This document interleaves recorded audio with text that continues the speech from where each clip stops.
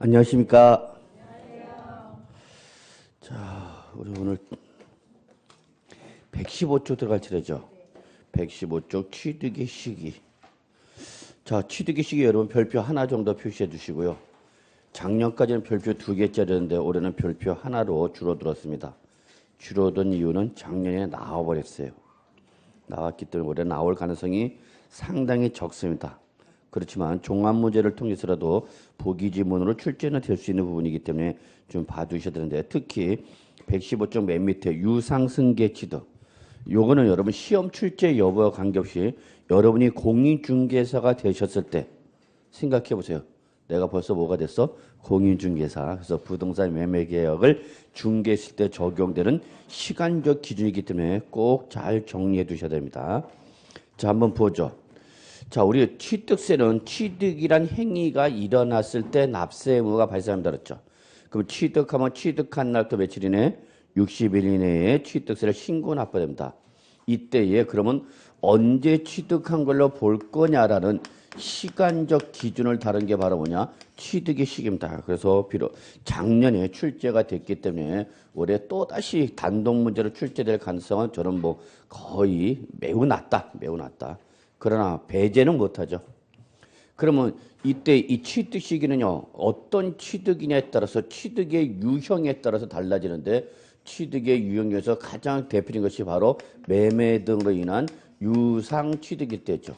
매매 등으로 인한 유상 취득. 돈 주고 샀다 그 얘기죠. 돈 주고 샀을 때 언제 취득한 걸 볼 거냐 그 얘기입니다. 그러면 이때는 취득의 유형을 묻습니다. 어떠한 형태로 취득한 거냐라고 해서 취득의 유형을 확인하셔서, 첫째 그냥 가볍게 제가 이렇게 표현합니다. 이건 그냥 법률적 표현이 아니라 저와 여러분과의 그냥 표현 방식인데, 이걸 뭐라냐면 국지외수 공판장 그럽니다. 국지외수 공판장. 좀 이따 다시 설명 들어갈 테니까 그냥 국지외수 공판자소 국지외수 공판자. 자, 이러한 취득의 형태 때는 이때는 사실상 잔금 지급일에 취득한 걸로 보고요. 사실상 잔금 지급일에 취득한 걸로 본다. 그다음에 두 번째는 이 국지외수 공판장 이외의 모든 유상 취득일 때는 이때는 언제 취득한 걸로 보냐면 계약상 잔금 지급일에 취득한 걸로 봅니다. 그래서 매매 등으로 취득했을 때는 두 가지 형태로 구분하는 거예요. 두 가지 형태로 구분하셔서 국지외수 공판장과 그 이외의 유상일 때 두 가지로 구분해서, 국지외수 공판장이면 사실상 잔금 지급에 취득한 걸로 봐라. 그러나 국지외수 공판장이 아니면 언제 취득한 걸로 봐라 여러분? 계약상 잔금 지급이죠. 그러면 취득의 형태와 관계없이 언제 취득한 걸로 보라는 얘기예요? 잔금 지급이죠. 이거는 여러분이 이해하는데 전혀 어려움이 없어요. 그래서 매매가 되면은 매수자는 대금을 완납함으로써 매도자로부터 뭘 넘겨받죠, 여러분? 소유권 넘겨받죠. 그래서 결국은 일반적 매매에서는 언제 취득한 걸 보는데 잔금 지급인데, 시험에서는 잔금 지급일을 물어보지 않아요. 왜? 똑같기 때문에. 위아래가 똑같기 때문에. 그러면 시험에는 뭐가 나오냐? 요걸 물어보는 거야. 사실상으로 갈 거냐? 계약상으로 갈 거냐? 출제는 요걸 물어보는 거야. 자, 그러면 이때 가끔가다 아니 그러면 사실상 잔금 지급일은 뭐고 계약상 잔금 지급은 뭐니까? 여러분이 알고 있는 그거야. 어렵게 생각하지 말고 여러분이 알고 있는 게 그거다고. 즉 계약상 잔금 지급일은 계약서에 적힌 날. 그래서 계약서에 잔금을 지급하기로 적힌 약정일에 그날에 무조건 취득한 걸 보는 거고, 사실상 잔금 지급일은 계약서에 며칠자로 적혔냐 관계이시 없이 실제 잔금을 지급한 날을 뭐라고 표현한다 여러분? 사실상 잔금 지급입니다. 그럼 이거는 같을 수도 있고 다를 수도 있죠 뭐. 그래서 계약서에 적힌 날에 잔금을 실제 지급하면 이때는 사실상과 계약상이 어떻게 되는 거고? 같아지는 거고, 약정일에 지급을 못하고 그 다음날 그 전 또 뭐 차이가 발생하면 이때는 사실상과 계약상이 어떻게 되는가? 달라지는 거죠. 그래서 결국 시험에서는 사실상 잔금 지급이냐 계약상 잔금 지급이냐 이걸 구분하라는 얘기야. 그럼 여러분이 기억할 건 뭐냐면 사실상 잔금 지급일을 취득시기로 하는 것은 법에서 지방세법에서 정해진 요 어떤 경우에 한해서만 국지외수 공판장에 한해서만 그러니까 사실상 잔금 지급을 취득일로 할 수 있는 것은 딱 정해져 있어. 뭐 일단에서 국지외수 공판장 요 경우에 한해서만 얼로 가자 사실상 잔금 지급일로 가는 거죠. 그러니까 이때는 계약서에 적힌 날짜와 관계가 있어 없어? 없죠. 실제 잔금을 지급한 날이고요. 그 다음에 요 국지외수 공판장 이외의 나머지 일반적 매매일 때는 어디로 가라는 얘기 여러분? 계약상으로 가라는 얘기야. 그러면 계약상 잔금 지급을 취득한 걸 보라는 것은 실제 잔금을 언제 지급했냐를 묻지 않고 묻지 아니하고 무조건 계약서에 적힌 날에 무조건 뭐한 걸 보는가? 취득한 걸 보겠다 그입니다. 의미를 이해하시면 돼요. 그래서 다시 한번요. 사실상 잔금 지급은 거꾸로 뭐와 관계없이 계약서에 적힌 날짜와 관계없이 실제 잔금을 지급한 날을 말하는 거고 거꾸로 계약상 잔금 지급은 것은 실제 잔금 지급 여부를 묻지 않고 묻지 아니하고 무조건 계약서에 적힌 날에 뭐한 걸 보겠다? 취득한 걸 보겠다는 얘기야. 그러면 결론. 여기서 여러분이 반드시 기억할 게 뭐냐면 요 사실상 잔금 지급일을 취득일로 하는 것은 법에서 정해진 경우에 하나여 적용한다. 이게 우리는 뭐라고 표현하냐면 저는 국지외수 공판장이랍니다. 자, 그럼 여러분 책을 보시기 바랍니다. 책을 보시면 사실상 잔금 지급일을 적용하는 경우가 나와 있죠. 그래서 동그라미 1, 2, 3, 4로 나와 있나요? 예, 그래서 국지 볼까 한번. 1번 국가나 지방자치단체, 지방자치단체 조합. 여기 밑줄 쫙. 그래서 여러분 제가 비과세 할 때도 설명을 드렸던 것처럼 우리가 지방세법을 공부할 때 국가나 지방자치단체나 지방자치단체죠. 여기 밑줄 쳐야 돼요. 그리고 적으세요. 누구죠 여러분? 과세권자라는 걸 잊지 마세요. 그랬어요. 여기서 국가나 지방자치단체, 지방자치단체 조합 여기까지만 밑줄 쳐야 돼. 예. 그래서 여기까지가 바로 누구를 말한다? 과세권자, 과세권자. 그러면 지금 국가라는 과세권자가 매매 당사자로 나온 거야. 매매 당사자. 그럼 여기서 과세권자는 매매 당사자 중 매도자인지 매수자인지 여러분이 판단하셔야 되는 거예요.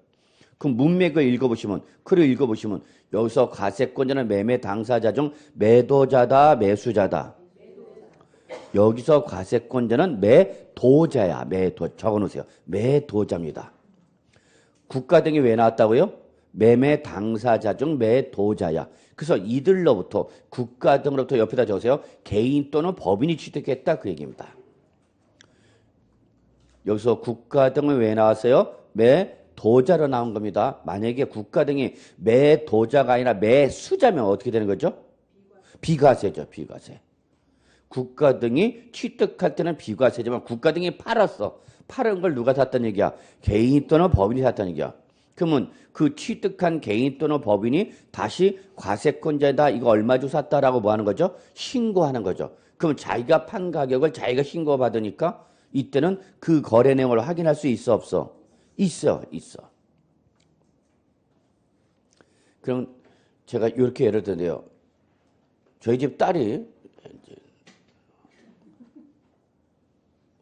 다 컸어. 이제 대학교 졸업반이야 이제. 예. 그런데 크고 나니까 별로 딸하고 할 게 없어. 지 엄마가 맨날 붙어갖고 그냥 옹졸하고 싸우게 하고 뭐 뒤집어쳐고 막 그런데 저하고는 서로 만나면 그리고 별로 할 얘기가 없어. 좀 무뚝뚝해. 그래서 별로 이렇게 제가 들어가면 그냥 오셨어요? 그리고 그냥 지방으로 휙 가. 근데 가끔 가다가 와서 아빠 하고 이렇게 콧방구를 낄 때가 있어. 별로 평소에는 이렇게 아는 체를 안 하다가도 갑자기 이렇게 뻥 그러면서 콧방구 뻥뻥 넣을 때가 있어. 뭐 할 때 그때가? 네, 돈 좀 달라 했다. 돈 좀. 그것도 지 엄마한테는 얘기하지 말래. 안방에 갔을 때 살짝 들어. 그러면 저희 집사람은 또 귀신이에요. 그걸 또 알아채. 분명히 내가 볼 때 안방에 있는데 희한하게 그 가갖고 이제 용돈 주고 보내면은 저희 집사람 살짝 봐요. 왜 왔어? 뭐 그냥 왔지요. 얼마 줬어? 그래요. 그러면 자 저희 집사람한테 받지 않고 저한테 받았지만 결국 제가 저희 집사람한테 얼마 주고서 받았다는 걸 저희 집사람이 알아요, 몰라요? 알게 돼요. 왜? 내가 다시 또 돈을 타야 되니까. 준 만큼 빼야 되잖아. 똑같아요, 이것도. 과세권자가 파는 거야. 그거를 과세권자가 얼마 주고 샀다고 개인 또는 법인으로부터 뭘 받아? 신고를 받는 거죠. 그러니까 거래 사실을 확인할 수 있다, 없다? 있다. 자, 여기서 마무리하겠습니다. 국지는 매매 당사자 중 누구로 나온 거다, 여러분? 매도자다. 매도자가 아니라 뭐면? 매수자면 이때는 뭐가 되는가? 비과세가 되는 거야. 그러니까 과세 시기 따질 필요가 없는 거죠. 둘째, 외수 봅시다. 외수는 저는 뭐라 표현하냐면 외국으로부터 수입한 취득을 여기 국자 동그라미 지자 좀 동그라미 주세요. 국갈 때 국자 동그라미, 지자 할 때 지자 동그라미, 지방자치단체. 그래서 이걸 국가나 지방자치단체 또는 지방자치단체 조합부터 취득, 이걸 말하기가 힘들기 때문이나 국지 그런 거고. 두 번째, 외국으로부터 수입한 취득 있죠. 이때 외자 동그라미, 숫자 동그라미. 그래서 외국으로부터 수입한 취득을 그냥 저는 앞으로 뭐라 하냐면 외수 그럽니다. 외수. 왼수가 아니야. 왼수는 집에 있죠. 자고 있겠지. 그래서 외국으로부터 물건을 수입한가. 그러니까 요거는 부동산에는 적용될 여지가 없죠. 왜냐면 부동산 수입할 수가 없잖아. 부동산 수입하면 우리나라 참 좋을 텐데 수입이 안 되죠. 그러니까 요거는 주로 뭐일 때냐. 차량, 기계장비, 항공기, 선박 등 동산인 경우죠. 그럼 여러분 외국으로부터 물건을 수입하면 우리나라 국경선을 통과하는 순간 제일 먼저 부과되는 세금은 뭐랬어요, 여러분? 관세. 그럼 관세는 여러분 적으세요. 뭘 작성하냐? 관세가 부과될 때 뭘 작성하냐면 수입면장이라는 걸 작성합니다. 수입면장. 그래서 내가 이러이러한 물건을 얼마에 수입한다라고 관세청에 신고해야 돼. 그럼 관세청은 요 수입면장을 보면 얼마에 요것을 수입하고 있다라는 걸 확인할 수 있어, 없어? 있어. 그래서 여러분 요 수입면장 옆에다가 적으세요. 외국으로부터 수입한 취득 옆에다가 수입면장에 의하여 거래 사실을 확인할 수 있다, 없다? 있다. 자, 조금 순서 바꿔서 공매 봅시다. 밑에 4번으로 나와 있나요? 공매. 그리고 여러분 주의할 것은 우리 세법은 공매냐 경매냐를 구분하지 않습니다. 구분 실익이 없어요. 물론 여러분이 중개법 등을 배울 때는 공매, 경매를 구분해서 배우실 수 있겠지만 우리 세법은 공매, 경매를 별도로 구분한다, 안 한다? 안 해. 그냥 공매 그러면 거기에 뭐가 포함되는가 여러분? 경매가 포함되는 개념이에요. 그러면 그 공매에 의해서 취득했다. 옆에다 적으세요. 그러면 여기는 뭐가 작성되냐? 경락조서가 작성됩니다. 경락조서. 어떤 특정 물건이 어떠한 조건에 의하여 경락이 되었다고 법원 등이 작성한 게 바로 뭐냐면 경락조서입니다. 그러니까 공매, 경매 참가해서 경락을 받는 거죠. 요즘 많은 주부님들이 재테크 수단으로 공매, 경매에 많이 참가하죠. 제가 현업에 있을 때만 해도 경매장을 가면요. 경매장 가면 거의 뭐 일반인들은 찾아보기가 힘들었어요. 주로 복부인, 그 다음에 깍두기 있어요. 모르면 모르는 대로 그냥 넘어가셔도 돼요. 이 복부인들의 깍두기를 데리고 다녀요. 그래갖고 이렇게 경매장 가면은 이 복부인들이 이렇게 구성됐고 그 복부인 밑에 깍두기도 있어. 그래서 걔들이 그 경매장 분위기를 쫙 잡는가. 외부인이 나타나면 얘가 막 괜히 막 인상 쓰고 내보내려고 그래 막. 여기다 막 문신 막 착하게 살자. 뭐 한 번 찍으면 끝까지 찍는다. 모포파, 뭐 쌍도끼파, 막 그래갖고 막 이렇게 애들이 있습니다. 그러니까 제가 가면은 거의 뭐 폐쇄적이야 경매장이. 그리고 물건도 가서 경매 물건 나온 거 보고 거기서 직접 확인해봐야 돼 거의. 근데 요즘은 다 온라인상으로 다 뜨죠. 그리고 지금 일반인들은 막 재테크 개념으로 많이 참여하죠. 그러니까 제가 근무만 했던 첫 번째 경락되는 거는 거의 없어요. 걔들이 합의를 봐갖고 거의 뭐 최소 두세 번 이상 유찰시켜갖고 감정 가격에 50%까지 떨어뜨려 놓고 대부분 받았어. 근데 요즘은 워낙 참여자가 많으니까 그냥 어떤 공매, 경매에 의한 저가 매수라는 메리트가 많이 없어져요. 특히 물건 중에서 뭐가? 주택이 제일 재미가 없어요. 주택이. 왜 그럴까요? 주택은 뭐 10억 이내면 뭐 중소형 이는 다 경락을 받을 수 있어요. 그러니까 아줌마들이 어떤 재테크수는 뭐 10억 정도 내서 막 참여해버리는 거죠. 그래서 심지어는 마음에만 들기만 하면 뭐 감정값보다 더 높게 그냥 경납하다. 그럼 이제 전문가들은 뒤집어지는 거지. 저걸 따라 어떻게 했어야 되는데 다운시켜서 경락을 받아 경매에 참여하는 의미가 있는데 그냥 질러버리는 거죠. 나 마음에 들어 그러면 뭐 질러버리죠. 그래서 이렇게 공매 경매가 되면 법원이 뭘 작성한다 그러면 경락조서를 작성해요. 그러면 경락조서를 보면 이걸 얼마 주고 샀다는 걸 확인할 수 있어 없어? 있죠. 자 이제 판장 갑시다. 순서 조금 위로 올라갑니다. 자 판결문 할 때 판자 동그라미, 법인 장부할 때 장자 동그라미. 그래서 이걸 저는 판결문이나 법인 장부에 의하여 취득하게 입증되는 취득. 요거를 말이 길으니까 뭐라 표현한 거냐? 판장 이렇게 표현했어요. 판이 뭐예요 여러분? 판결문. 장은 법인 장부. 이거를 그냥 판장 그런 거예요 여러분. 다음 주의사항이 있어요. 여기서 판결문이라는 것은 민사소송이나 행정소송에 의하여 확정된 판결문을 말하는데 다음 밑줄 들어갑시다. 화해, 포기, 인락, 자백간조 몇 개? 4개 딱딱딱 꺼내야 돼. 화해, 포기, 인락, 자백간조 몇 가지? 4가지는 판결문에서 어떻게 한다고 했어요 여러분? 제외합니다. 그래서 요게 가끔가다 시험에 나와. 특히 판결, 화해, 포기, 인락 이 4가지가 다 부담스럽다. 그러면 여러분 화해, 제일 중요한 게 화해야. 그래서 화해 조서가 나오면 우리 판결문에서 말한 판결문에 포함한다, 제외한다? 제외한다. 그래서 여러분 화해, 포기, 인락, 자백간주는 판결문에서 어떻게 하는데? 제외하는데 이 4가지를 다 외워주셔야 되는데 4가지가 부담스러우면 제일 앞에 나오는 뭐라는 반드시 기억하라? 화해. 시험에 가장 많이 나오는 게 화해 조서예요. 포기, 인락은 거의 안 나와요. 어쨌건 요 4가지는 판결문에서 어떻게 한다는 거 잊지 마라. 제외된다는 거 잊지 마시고요. 자 이제 장 갑시다. 장은 법인 장부입니다. 법인 장부. 그래서 법인이 작성한 뭐 결산서, 출납장 뭐 이런 것 등에 의해서 결산서 등에서 확인되는 거죠. 그래서 결론.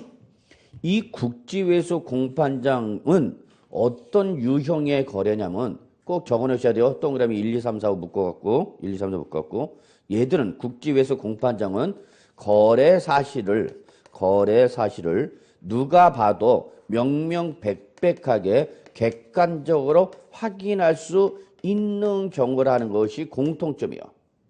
여기 나와 있는 국지외수 공판장을 묶어놓고 이놈들의 공통점 뭐다고? 누가 봐도 거래 사실을 객관적으로 확인할 수 있다 없다? 있다라는 거야. 누가 봐도 맞네 이거. 쉽게 확인할 수 있다는 얘기야. 거래 내용을.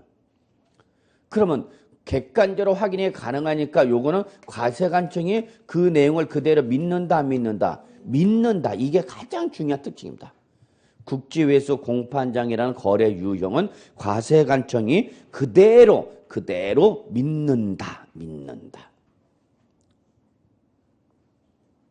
여러분이 여기 집에서 나오셔서 토요일 날에도 여기 학원에 와서 열심히 공부하는 걸 집에서 믿어 안 믿어?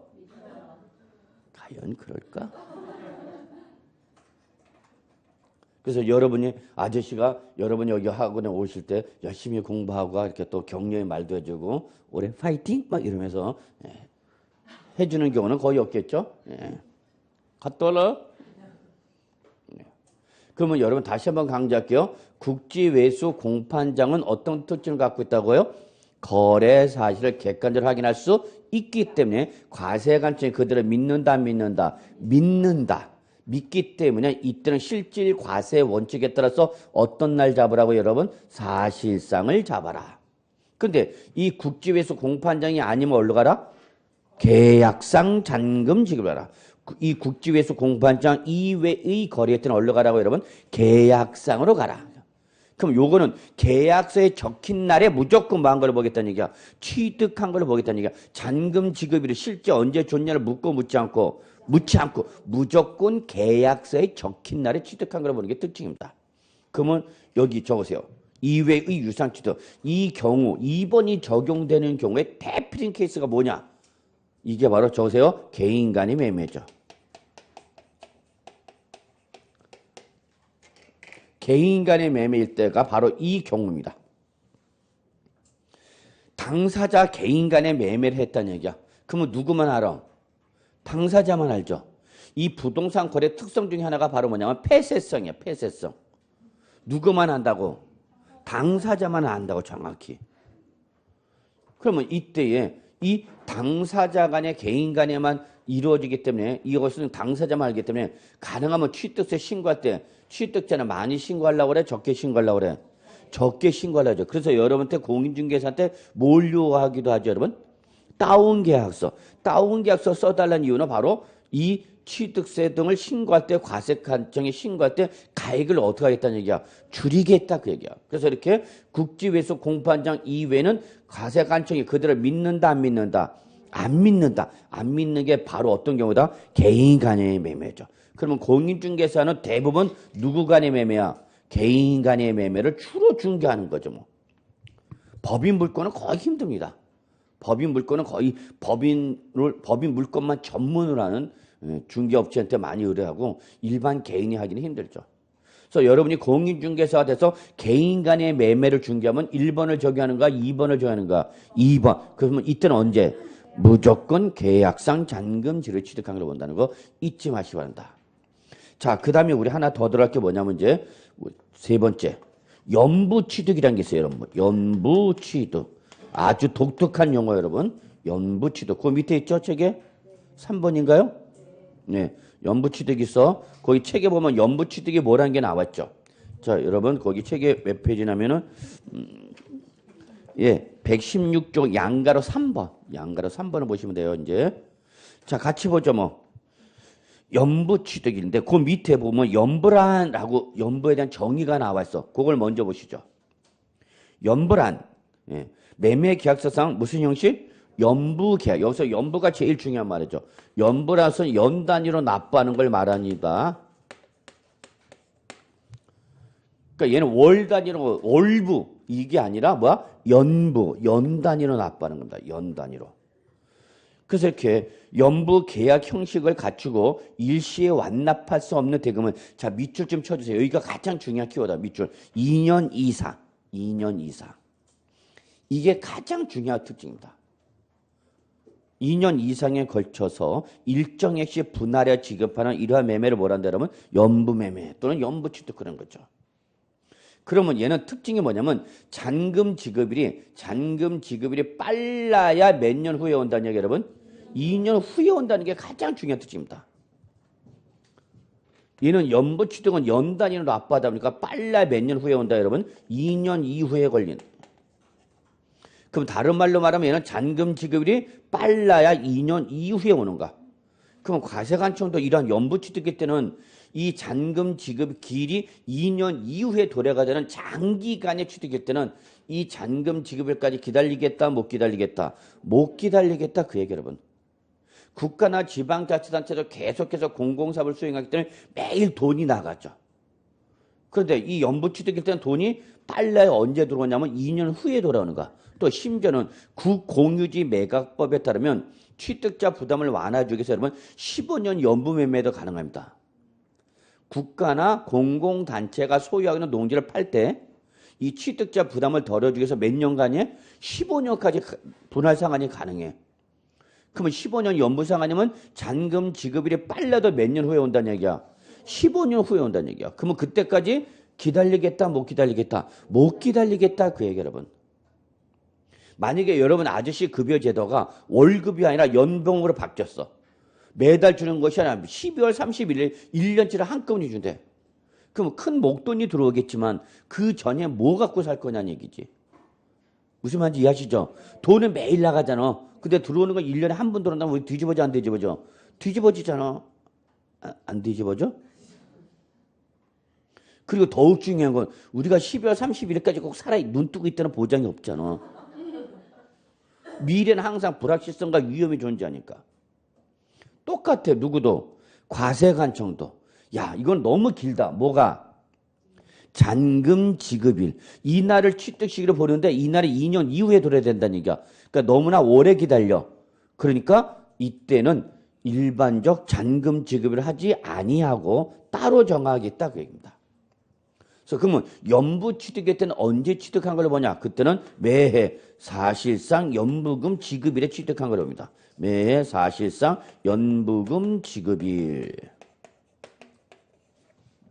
그럼 요거는 무슨 말이냐면 연부금을 지급할 때마다 그 하나의 연부금을 하나의 개별적인 취두로 보겠다는 겁니다. 연부 매매 계약은 몇 개야? 하나인데 그래서 5년 연부 상환한다 합시다. 하나의 매매에서 몇 년간? 5년간 연부 상환하기로 했어. 그럼 매매 계약은 몇 개인데? 하나인데 5년 하나 상환할 때마다 그걸 하나의 뭐로 봐서 취두로 보겠다는 거야. 그러니까 취두에서 몇 번 내라는 얘기야? 5번 내라는 얘기야. 매매 계약은 몇 개인데? 하나인데 그 하나의 이 매매 계약의 연부 매매할 때는 잔금 지급이 너무 오랜 후에 오니까 그때까지 못 기다리고 매해 연부금을 뭐 할 때마다 지급할 때마다 그날의 그 연부 금액을 뭐 한 걸로 보겠다? 취득한 걸로 보겠다. 그 얘기입니다. 이해되셨어요, 여러분? 자, 그럼 여기서 출제는 뭐가 키워드냐면 요게 키워드야. 동그라미 쳐야 돼요, 여기다가. 그러니까 키워드를 잘 표시하셔야 돼요, 여러분. 공부하실 때. 이 조문에서 뭐가 키워드란 걸 자꾸 감을 잡으시려고 그래요. 왜? 출제는 이걸 갖고 장난칠 텐데. 그럼 출제에는 연부 취득인 경우에는 살짝 매해 사실상 연부금 지급일로 한다 그러는데 이걸 어떻게 바꾸냐? 사실상 잔금 지급일. 그래서 연부금을 살짝 뭐로 바꿔? 잔금으로 바꾼단 말이야, 잔금. 요런 게 차이점이야. 출제는 요런 거 좋아한다고, 여러분. 그러니까 평소에 공부할 때 출제는 어디를 좋아하는지를 자꾸 여러분이 그걸 생각을 하셔야 돼. 자, 다시 한번. 일반적 매매면 언제인데, 여러분? 잔금 지급인데, 연부 취득일 때는 잔금이 아니라 뭐다가, 여러분? 연부금이다고. 그럼 이런 걸 출제는 고친다고, 위아래를. 그래서 결론 낼게요. 연부 취득일 때는 무슨 날? 연부금 지급일. 사실상 갖고 거의 장난 안 쳐요. 출전이 여기서 장난치면 연부금 지급일을 가지고 장난칠 가능성이 높으니까 연부 취득이 나오면 연부금 지급일 나왔는지 잔금 지급일로 나왔는지를 확인하셔야 된다. 그 얘기입니다. 됐나요, 여러분? 예. 자, 이번에는 좀 무상으로 갑시다. 무상. 자, 지금은 이제 무상입니다. 무상이니까 대가가 있다는 얘기야, 없다는 얘기야? 없죠. 없으니까 잔금 지급이라는 것이 나올 여지가 없죠. 근데 우리 책을 보면은 조금 여러분이 법률적 표현이 정리하기가 힘들어. 그래서 그냥 무상 취득은 이렇게 정리하는 게 제일 좋아요. 무상은 우리 두 가지 떠올릴 수 있죠, 금방. 뭐 여러분? 상속과 증여. 그거 떠올려요. 그래서 뭘 받았다 그러면 상속을 받았다. 그러면 언제 취득한 걸로 볼 거냐, 그 얘기야. 그럼 당연히 언제? 상속 개시라. 항상 세법은 상속일 때는 과세 시간을 언제로 하냐? 상속 개시일. 즉 사망일이나 실종 선고일, 여러분. 그래서 상속을 가지고 답으로 물어보는 건 거의 없어요. 상속은 무조건 세법은 언제 하려면 상속 개시야. 그러면 구체적으로 상속이 언제 개시가 된 걸로 볼 거냐? 요 상속 개시에 대한 구체적인 내용은 어디서 규정되고 있냐면 민법에서 규정하고 있어요. 그럼 우리나라 민법에 따르면 상속 개시 사유는 두 가지야. 일반적인 뭐 사망 외에 또 뭐가 있냐? 실종 선고. 그래서 실종 선고라는 것은 어떤 특정인이 생사 불분명 상태가 일정 기간 동안 지속해버리면 그거를 사망한 걸로 의지하는 게 바로 뭐냐면 실종 선고야. 그러니까 아저씨가 안 들어오면 찾을 필요가 없어. 왜 찾아 그거를? 그냥 법원에다 못 설 중에 실종 선고 해갖고 몇 년만 들어오지 말라고 그러냐? 5년만 들어오지 말라고 그러세요. 5년만. 너 들어오지 마라 이 새끼야. 5년 문장 가버려. 이사가.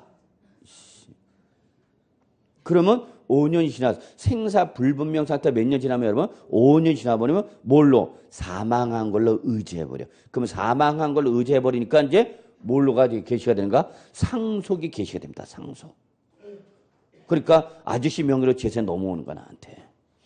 더욱 중요한 게 있죠. 재혼이 가능해져 이제 합법적으로. 저거 재혼 가능. 합법임. 그래서 우리나라 민법에 따르면 요 상속 기사일을 뭐로 잡는다 그러면 사망 또는 실종 선고인데 다 사망이죠. 뭐. 그래서 결론 세법은 뭐가 나면 상속은 항상 어느 날을 상속 개시 여기서 딱 끊어버리면 돼요. 그래서 시험에는 만약에 시험에 나오면 상속보다는 출제어는 요걸 더 중요합니다. 뭐 상속의 모든 무상, 상속을 제외한 모든 무상이야. 그거의 대표가 바로 뭐예요, 여러분? 증여 등이다. 증여란 얘기죠. 그러면 증여를 하려면 뭘 작성해야 되냐? 계약서를 작성하셔야 돼. 계약서. 증여를 받아봤어야 알지. 예. 그래서 오늘 집에 가서 아저씨 명의 부동산 넘겨받아봐. 그러면 증여를 받으려면 제일 먼저 뭘 써야 되냐? 증여 계약서 쓰셔야 돼요. 그래서 증여 당사자, 증여자, 수증자, 그 다음에 증여 물권, 그리고 언제 해줄 거냐라는 게 불요식 행위이기 때문에 그냥 자기네가 합의대로 쓰면 돼요. 그러면 당사자 간의 원만한 합의에서 요 증여 계약서 써졌다는 것을 제3자가 증명을 해야 돼. 그걸 이제 우리가 뭐 하냐면 공증받는다고 그래. 공증. 그래서 여러분 오다 가다 보면 공증법인 있죠? 거기서 공증받는 거. 그러면 공증받으러 왔습니다. 그러면 딴 거 없어요. 여러분. 돈 받고요. 예, 거기다 확정일자 1군 꽝 찍었죠. 그러면 그 문서에 확정일자 1군에 꽉 찍히면 뭐냐? 그 1군이 찍힌 날에 이 문서가 적법하게 있었다라는 걸 뭐 해주는 거야? 그 공증법인이 증명을 해주는 거야. 그걸 뭐라고 그래요, 여러분? 확정일자 공증받는 거죠. 그럼 공증받은 계약서 들고 이제 어디로 가야 돼? 이건 뭐 증여해주겠다도 못 받아요. 어떡하라고? 그러면 계약서에 확정 공증 받았죠? 그럼 그거 들고 이제 어디 가야 돼? 등기소 가야지. 등기소 가서 뭐 해야 돼? 자기 명의로 수증자 명의로 이전 등기해야 될 거 아니야. 자, 오늘 다른 거 하지 마. 집에 가서 오늘 명의 하나씩 넘겨받아. 그러면 이때에 우리 취뜻은 요걸 잘 봐야 돼. 증여일 때는 증여 계약서 등을 작성한 계약일에 취득한 걸로 봅니다. 계약일. 그래서 만약에 시험에 나온다면 무상은 상속을 가지고 장난칠 게 없어. 얘 갖고 장난치려면 상속 등기일로 말을 바꿀 수밖에 없는데 상속 등기일로 말을 바꾼 적은 거의 없어. 그래서 주로 어디? 증여 등일 때는 언제다? 계약일, 증여 계약일. 자, 이렇게 좀 봐주시면 됩니다. 그래서 무상은 이 두 가지로 딱 구분하면 돼요. 그래서 책을 보면 조금 어려워요. 법률적 표현이 계약을 해놓고 또 가려고 닫고 상속 또는 유증으로 인한 경우일 때 그거 다 보지 마시고 그냥 상속은 언제 여러분? 상속 개시일, 증여 등일 때는 언제? 계약일. 이렇게 딱 두 가지 끊어서 정리하시면 돼요. 자, 마무리합시다. 그 다음에 이러한 우리 몇 번이냐면 책에 이게 이제 117쪽에 3번. 117쪽에 3번에 양가로 2번을 보시면 양가로 2번을 보세요. 먼저. 그러면 이러한 유상취득일 때와 무상취득일 전에 이러한 취득을 하기도 전에 자 먼저 뭐로 했다면 여러분 등기나 등록을 하였다라면은 잔금 지급일이나 연부금 지급일이나 또는 계약일 이전에 또는 뭐 상속 개시 전에 먼저 뭐로 했다면 하여튼 먼저 뭐로 했다면 등기 등록을 했다면 항상 여러분이 여기서 하나 기억합시다. 과세관청은 과세 시기를 빨리 과세하고 싶어요? 늦게 과세하고 싶어요? 빨리 과세하고 싶어. 여러분 시험도 빨리 붙어야 돼요? 늦게 붙어야 돼요? 빨리 붙어야 돼요, 여러분. 이 기간이 길어지면 여러분 인생이 황폐해야 돼. 여러분 못 믿겠다고 그러는데 제 키가 원래 1m 85였어요. 결혼하기 전에. 참 못 믿네. 내가 이럴 줄 알았어. 1m 85인데 공부한다고 자꾸 시험에 떨어니까 오메기주고 해갖고 이렇게 된 거예요, 여러분. 그래서 저를 타산지서로 삼아갖고 빨리 합격해서 난 쟤처럼 되지 말아야지 그렇게 생각하시면 그럼 여기서 딱 하나만 기억합시다. 과세 시기를 결정할 때 시간적 기준이 2개 이상 나면 여러분은 고민하지 마. 시간적 기준이 몇 개 이상 나면 2개 이상 나오면 여러분 그중에서 어떤 날 나가면 돼? 빠른 날. 그러면 이렇게 잔금을 지급하기도 전에 먼저 뭘 했다면 등기 등록하면 얘가 빠른 거죠. 그럼 이때는 바로 그 빠른 날이 언제? 등기 등록일에 뭐 한 걸로 본다? 취득한 걸로 본다. 여기서 등기 등록일은 왜 나왔냐? 시간적 기준상 얘가 무슨 날이기 때문에 빠른 날이기 때문에 이 날에 취득한 걸로 보겠다. 그 얘기입니다. 그래서 여러분 양가로 2번을 보시면 유상 또는 무상 승계 취득에 따른 취득 여기 밑줄 유상 또는 무상 취득일 전에 먼저 뭐 했다면 등기 등록을 한 경우에는 그때는 언제다 여러분? 그 등기일 또는 등록일 결론. 이걸 외우려고 하지 마시고요. 딱 하나만 기억하면 돼. 시간적 기준이 몇 개 이상 나면 여러분 2개 이상 나오면 여러분은 고민하지 마. 웬 최수 감사합니다. 그러면서 여러분 어떤 날 그러면 되는가? 빠른 날만 그러면 돼요. 자, 117쪽에 이제 원시치도 건축물 안 나와 얘는 이제. 왜냐면 작년에 여기서 집중적으로 나와버렸어요. 제가 작년에 강의할 때도 요거 나올 때가 됐다. 이거는 이미 계속 옛날부터 나왔던 거고, 요거 건축물 잘 봐라. 그래서 특히 건축물은 주택법도 알아야 되고요, 건축법도 알아야 되고요, 도시 및 주거환경정비법도 공부하셔야 되고요, 도시개발법도 배우셔야 돼요. 그래서 공법이 끝난 다음에 들어가야 돼요. 그러면서 제가 요 각 법률에 따른 건축물의 취득시를 하나하나 세부적으로 분할해 갖고 차이점을 보여드리면서 요거 잘 봐라. 요거 출전이 장난칠 거다. 그대로 시험에 나와버렸어. 그럼 작년에 이미 나왔어. 노출됐어. 그러면 저는 안 나온다 봅니다. 안 나와. 안 나온다고 원시. 그래서 요거는 일단 설명을 드리긴 드릴 거야. 근데 요거는 뭘 해야 되냐면 공법이 끝나야 돼. 응? 건축법. 제일 먼저 건축법. 근데 두 번째 바로 도시개발법. 세 번째 도시 및 주거환경정비법. 세 번째 주택법. 네 번째 주택법. 이걸 여러분이 공법에서 좀 배우고 나와야만 여기 나온 용어가 이해가 됩니다. 안 그러면 제가 여기서 이 용어를 제가 다 설명하면 힘들어. 그래서 이거는 일단 제낀다. 나온다 안 나온다? 안 나와.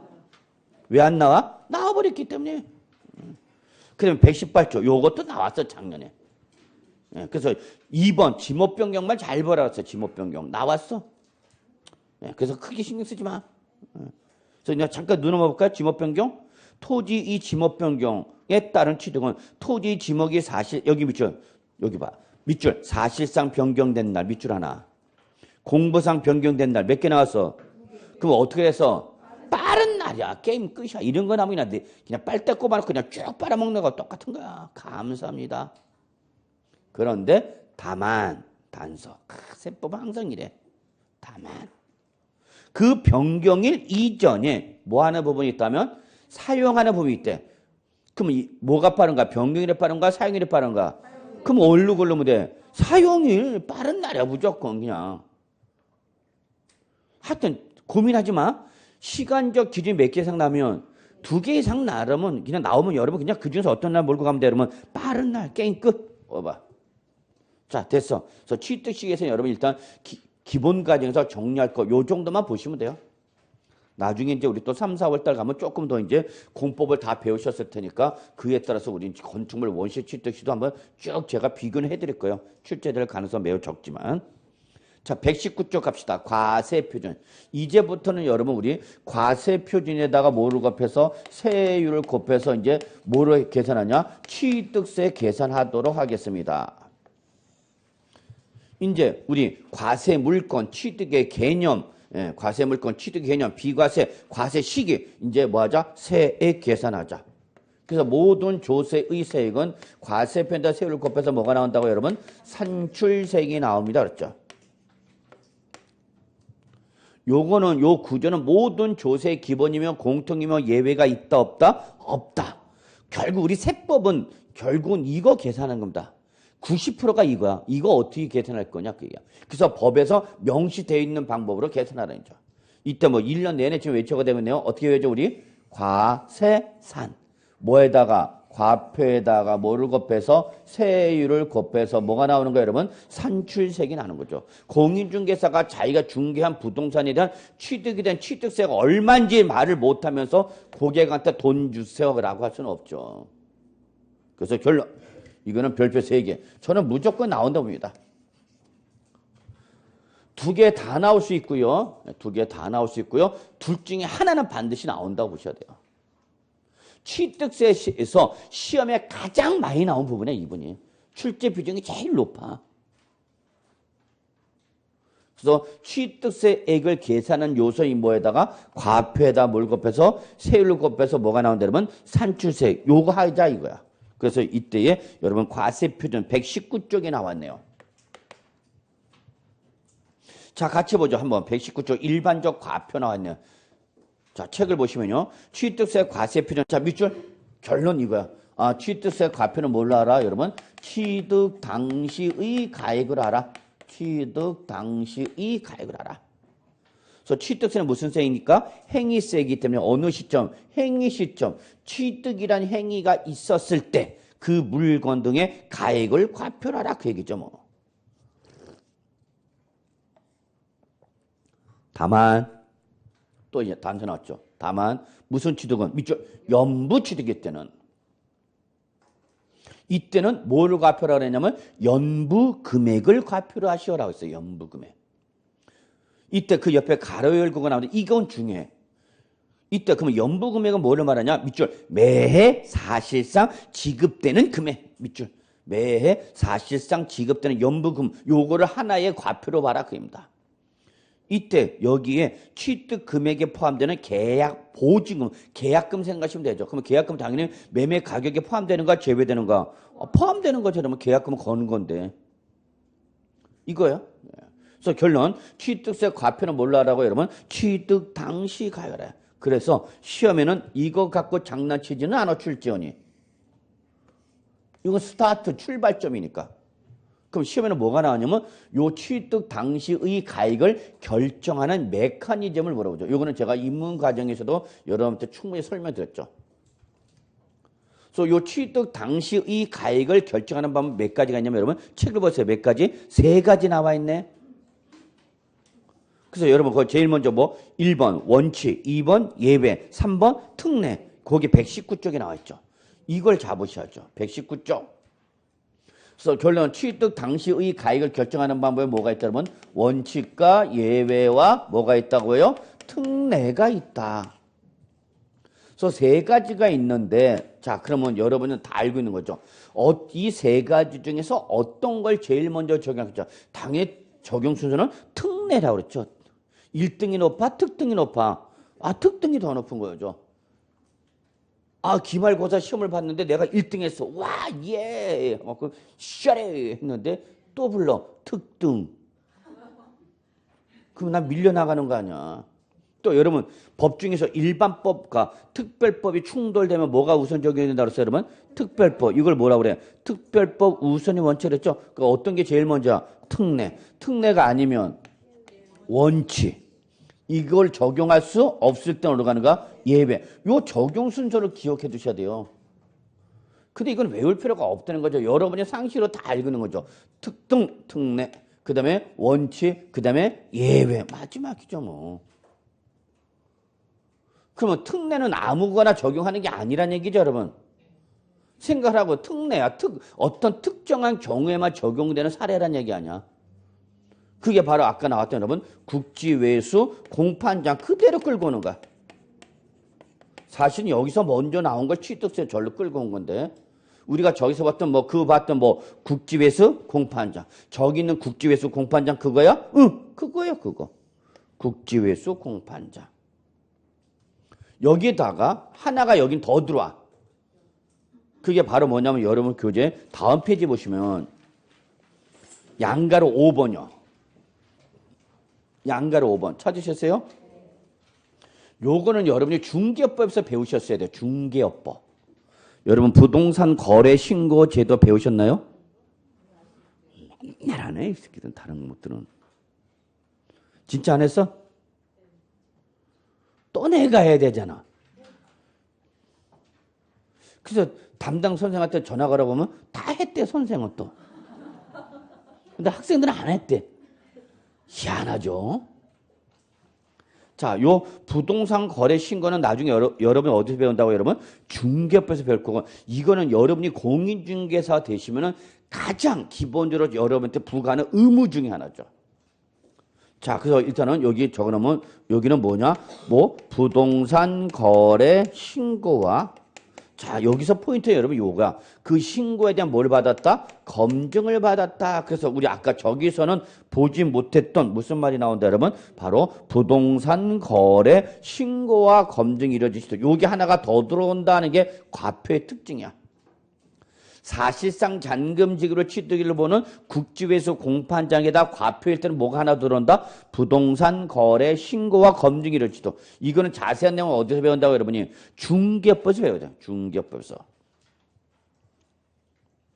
그러면 제가 일단 급하니까 먼저 언급을 하면 자, 여러분이 공인중개사가 개입된 부동산의 매매가 이루어지면, 즉 여러분이 개입된 여러분이 중개를 한 그 부동산 매매가 있으면 계약일로부터 무슨 날? 계약일, 매매 계약일로부터 60일 이내, 며칠 이내? 60일 이내 그 거래에서 이루어진 실지 거래가액을 뭐 하게 됐냐? 신고하도록 됐어요.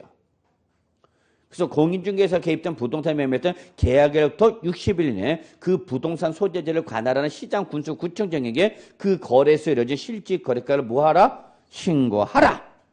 라고 되어 있어요. 그래서 이렇게 공인중개사가 개입된 부동산을 매매할 때는 공인중개사한테 신고 의무를 부과하고요. 만약에 공인중개사가 개입되지 아니한 부동산 매매 당사자 간의 거래할 때는 매매 당사자, 즉 도자, 수자 공동으로 반드시 뭐 하게 돼서 여러분 신고하도록 되어 있어요.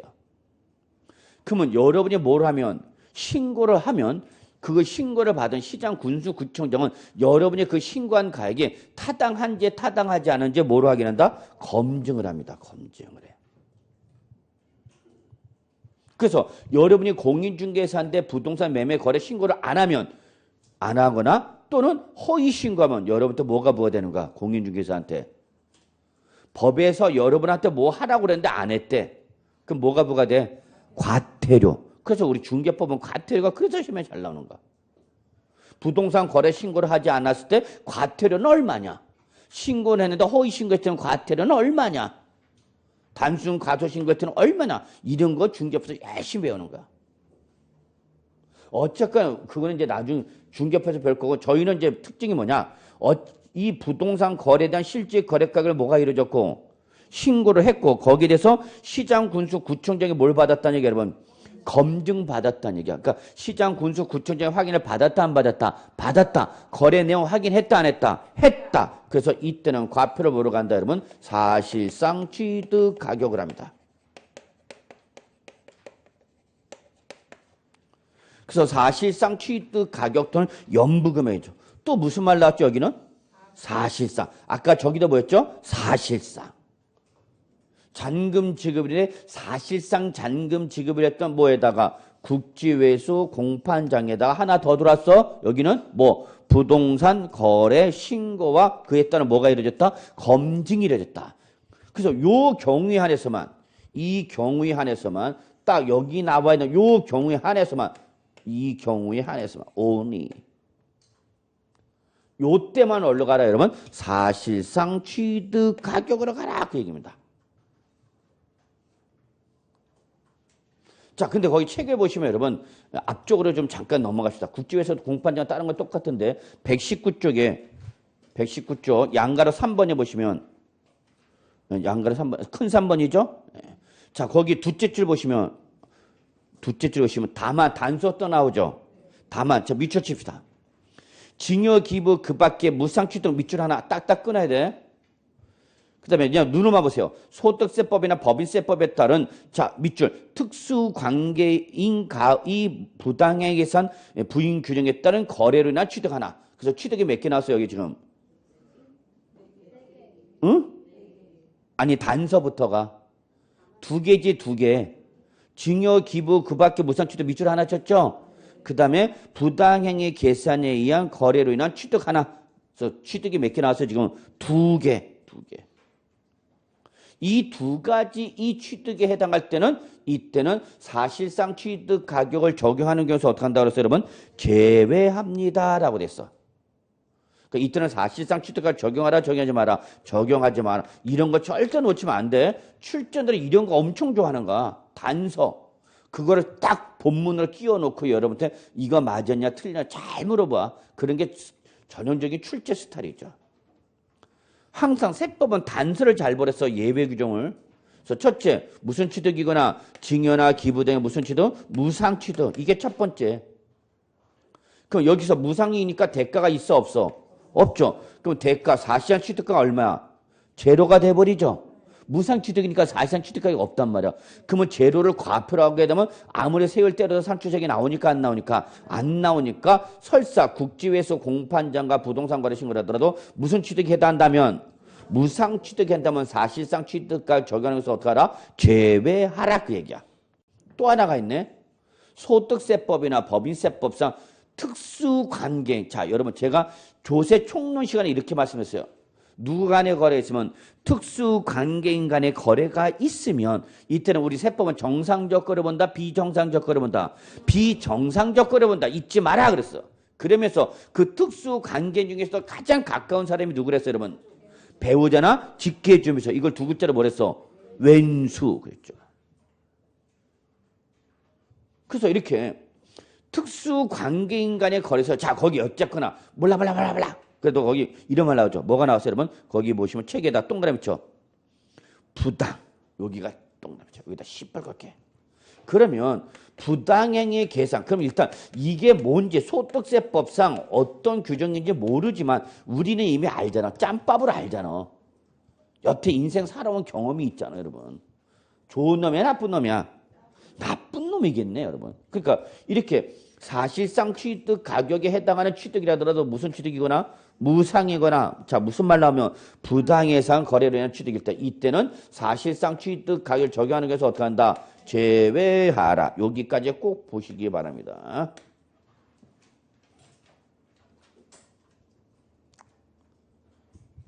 그래서 이렇게 합시다. 국지 매수 공판장과 부동산 거래 신고와 검증이 이루어졌다. 그러면 어디로 간다? 사실상 취득 가격으로 간다. 근데 그게 무슨 취득이거나 무상 취득이거나 또는 나쁜 말 나왔네. 뭐 부당. 이런 경우일 때는 사실상 취득 가격을 적용하는 것에서 어떻게 한다? 여러분 제외한다. 그러면 결론. 이 사실상 취득 가격은 거래 내용이 확인이 됐어 안 됐어? 됐죠. 그래서 얘는 과세관청이 그대로 믿는다 그래서 안 믿는다 그래서 믿어. 그대로 액면가에 그대로 믿어. 이게 사실상 취득가격의 가장 중요한 특징이야. 사실상 취득가를 구분한 이유는 얘는 과세관청이 믿는다 안 믿는다? 믿는다. 여러분이 올해 학교 갈 걸 집에서 믿어 안 믿어? 응? 그러면 그 기대에 부응해야 돼 안 해야 돼? 해야죠. 그러나 토요일날 수업 끝나봐 그냥 튀기 바빠요. 나마저 복습을 꼬박꼬박 해야 되는데 뭐 주중에는 열심히 하는데 토요일날만 뭐 안 하는 거예요 교수님? 그럼 뭐 그래도 그건 용서가 됐지만 계속 안 하죠. 그럼 큰일 납니다. 벌써 이제. 그래서 요걸 꼭 잡으시고요. 그럼 거기 책에서 우리가 하나 확인할겠네요. 자 거기 특 내봅시다. 다음에 해당하는 취득, 이 다음에 해당하는 취득이 바로 뭐였어요, 여러분? 우리 양가로 1, 2, 3, 4, 5인 뭐 여러분? 국지외수 공판장과 부동산 거래 신고일 때는 이때는 자 거기 밑줄 들어갑니다. 중요한 말 나와. 뭐에 관계없이? 시가 표준액에 관계없이. 이게 사실상 취득가격을 나타내는 가장 중요한 말입니다. 밑줄 쳐. 뭐에 관계없이? 시가 표준액에 관계없이. 뭘로 알았어, 여러분? 사실상 취득 가격 또는 연부금을 갚으라 라고 그랬죠. 자, 거기 밑줄 쳐야 돼. 어디다? 시가 표준액에 관계없이. 그거 조금 이따 설명드릴 거예요. 자, 그래놓고 이제 1번 갑시다. 위로 올라갑니다. 자, 그러면 이러한 국지외수 공판자가 부동산 거래 신고와 검증 이런 취득이 아니면 이제 어디로 가라는 얘기야? 원칙. 이때는 누가? 취득자라는 누가? 납세 의무자가 뭐한가에? 신고한 가액을 하라고 해요.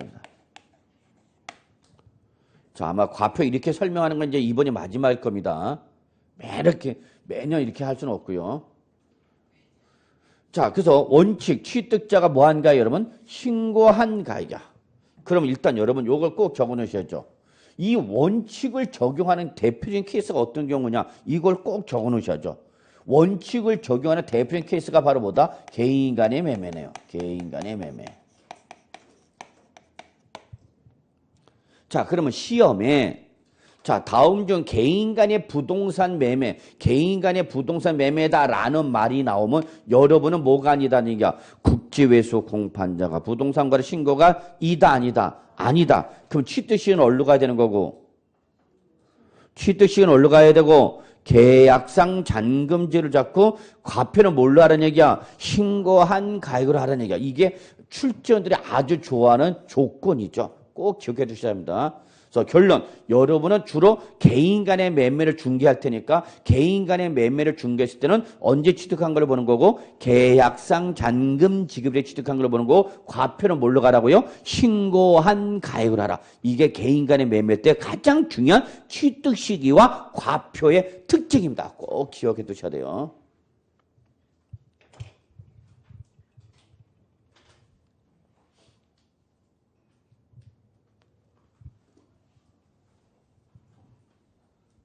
그래서 원칙은 무슨 가액이다 여러분? 신고한 가액입니다. 그럼 여러분 요 신고는 누가 했어요? 취득자가. 이것도 누가 한 거예요 여러분? 취득자가. 다 취득자가 한 거야. 그러면 취득자가 했는데 하나는 사실상 취득가, 하나는 뭐? 신고한 거야. 그럼 차이점을 아셔야 되는 거죠. 둘 다 누가 한 건데 취득자가 한 건데 하나는 사실상 취득, 하나는 뭐? 신고한 거야. 그럼 차이점을 아셔야죠. 얘는 그대로 어떻게 한다 해서 과세관치 그대로 믿는다. 그런데 그러면 얘는 믿는다 안 믿는다? 안 믿어. 안 믿어 얘는. 그래서 요거를 제가 이렇게 예를 드는데 이제 이번이 마지막일 텐데 제가 결혼하기 전에는 근무를 할 때 월급을 받으면 저희 어머니가 그걸 다 뺏어갔어요. 너희 아버지도 한평생 공무원으로서 공직생활 하면서 월급은 항상 다 갖고 왔다. 너도 아버지의 뜻을 이어서 월급 봉투를 무조건 전액 갖고 오라.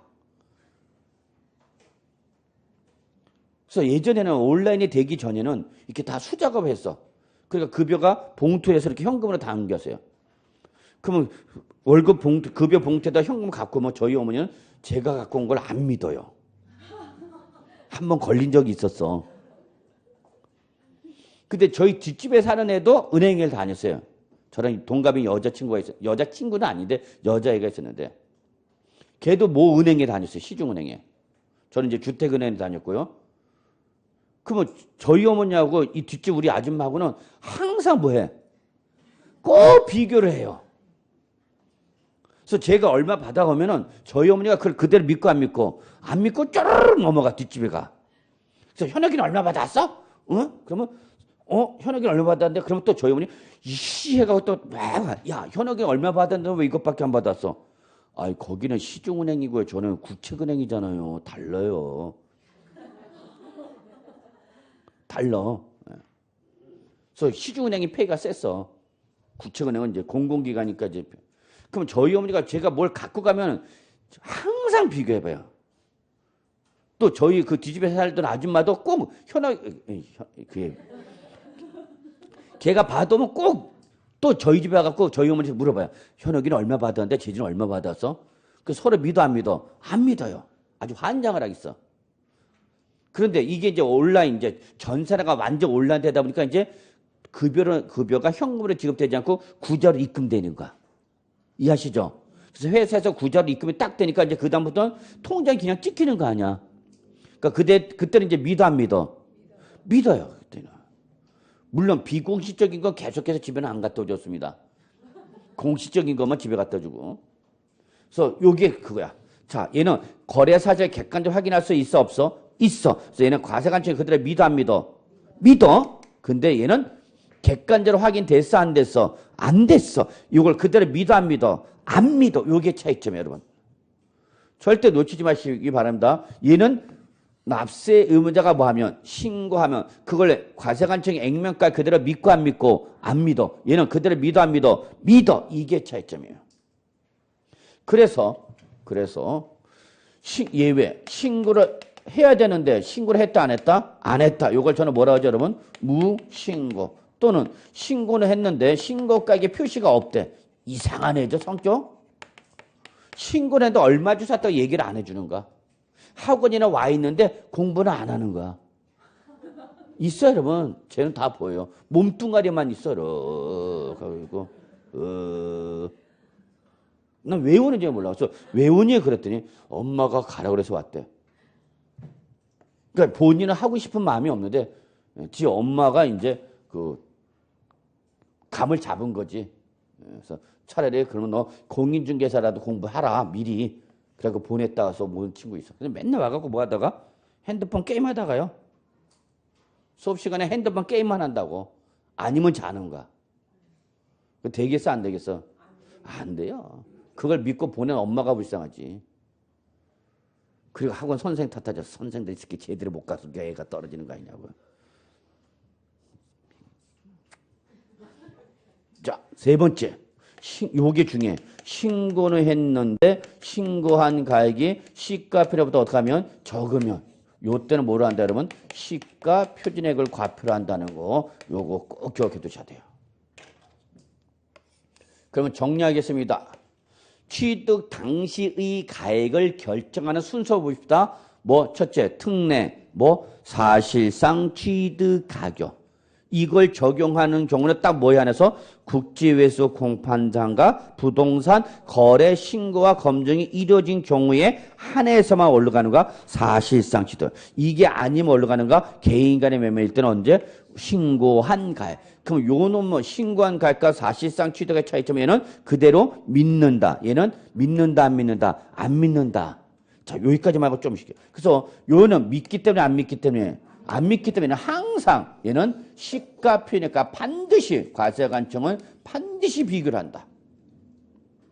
그래서 요 신고한 가액과 시가 표준액은 무슨 대상이야? 비교 대상이야. 비교 대상. 절대 놓치면 안 돼. 이게 결론이야? 출전은 이거 물어봐. 따라서 저 신고한 가액은 출전이 그대로 출전이 아니라 과세관청이 그대로 믿고 안 믿고 안 믿고 반드시 뭐와 비교해서 시가 표준액과 비교해서 시가 표준액과 이 신고한 가액 둘 중에 어떤 금액? 큰 금액. 자, 과세관청은 빨리 과세하는 걸 선호한다 그랬죠? 똑같이 과세가액은 어떤 걸 좋아해? 큰 걸 좋아합니다. 큰 가액을 좋아합니다. 기본적 속성이야. 과세 시기는 빠르게, 과세 금액은 크게. 그런데 얘는 확인이 됐으니까 안 됐으니까 됐기 때문에 사실상 취득가격은 확인이 됐기 때문에 얘는 시가 표준액과 비교를 한다 안 한다? 안 한다. 이게 바로 차이점입니다. 꼭 기억해 두십니다. 자, 일단 여기까지 하고요. 조금 쉬죠 뭐.